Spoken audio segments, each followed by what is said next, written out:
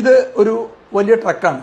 Normal കണ്ണുകൊണ്ട് കാണാവുന്ന ഒരു ഏരിയ ഇത് മാത്രമാണ്. മിറർ കൊണ്ട് കാണാവുന്ന ഏരിയ ഈ ഭാഗമാണ്. പിന്നെ അദ്ദേഹം ഷോൾഡർ വ്യൂ ഉപയോഗിച്ചാൽ അദ്ദേഹത്തിന് കാണാവുന്ന ഒരു ഏരിയ മാത്രമാണിത്. അത് എല്ലായ്പ്പോഴും എല്ലാവരും ഉപയോഗിച്ചോണമെന്നില്ല. ഇനി നമുക്ക് ഒരു സ്കൂട്ടർ വന്നാൽ ആ സ്കൂട്ടർ ഇവിടെ നിന്നാൽ എന്താണ് സംഭവിക്കുന്നത്? ഈ ഷെയ്ഡ് ചെയ്യാത്ത ഭാഗങ്ങളൊന്നും ഇദ്ദേഹത്തിന് കാണാൻ കഴിയുകയില്ല. ഈ കാറ് ഇവിടെ വന്നാൽ എന്താണ് സംഭവിക്കുന്നത്? അദ്ദേഹത്തിന് കാണാൻ കഴിയുകയില്ല. ഈ സ്കൂട്ടർ ഇതുവഴി പാസ് ചെയ്യുമ്പോൾ അദ്ദേഹം കഴുത്ത് വെട്ടി നോക്കിയാൽ, അങ്ങനെ എപ്പോഴും കഴുത്ത് വെട്ടി നോക്കിക്കൊള്ളണമെന്നില്ല, കാരണം അദ്ദേഹം മുന്നോട്ടാണ് വണ്ടി ഓടിക്കുന്നത്. ഇവിടെയും അദ്ദേഹം കാണുകയില്ല, ഇവിടെയും അദ്ദേഹം കാണുകയില്ല, ഇവിടെയും അദ്ദേഹം കാണുകയില്ല. കാരണം ഈ വണ്ടിയുടെ ഫ്രണ്ട് വിൻസ്ക്രീൻ വെച്ചിരിക്കുന്ന ഈ രണ്ട് പില്ലറുകൾക്ക് നമ്മൾ എ പില്ലർ എന്നാണ് പറയുന്നത്.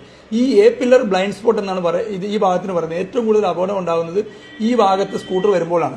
സ്കൂട്ടർ ഓടിക്കുന്ന ആൾക്ക് ട്രക്കിനെ കാണാം, പക്ഷേ ട്രക്ക് ഓടിക്കുന്ന ആൾക്ക് സ്കൂട്ടറിനെ കാണാൻ കഴിയുന്നില്ല എന്നുള്ള യാഥാർത്ഥ്യം നമ്മൾ മനസ്സിലാക്കണം.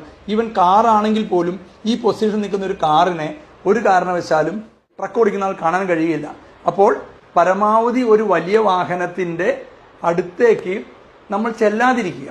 ഒരു ചെറിയ ഗട്ടറുണ്ടെങ്കിൽ പോലും നമ്മുടെ സ്റ്റിയറിംഗ് ഒന്ന് ചെറുതായി വെട്ടിയാൽ പോലും നമ്മൾ മറിഞ്ഞു വീണാൽ ഈ വാഹനത്തിന്റെ അടിയിലേക്കായിരിക്കും പോകുന്നത്. വണ്ടിയുടെ ഫ്രണ്ട് ഭാഗം ക്രോസ് ചെയ്ത് കഴിഞ്ഞാൽ ഒരു ട്രക്ക് ഡ്രൈവർ എന്ന നിലയ്ക്ക് എനിക്ക് പറയാൻ കഴിയും, പുറകിൽ എന്താണ് സംഭവിക്കുന്നതെന്ന് ഒരു ട്രക്ക് ഡ്രൈവർക്ക്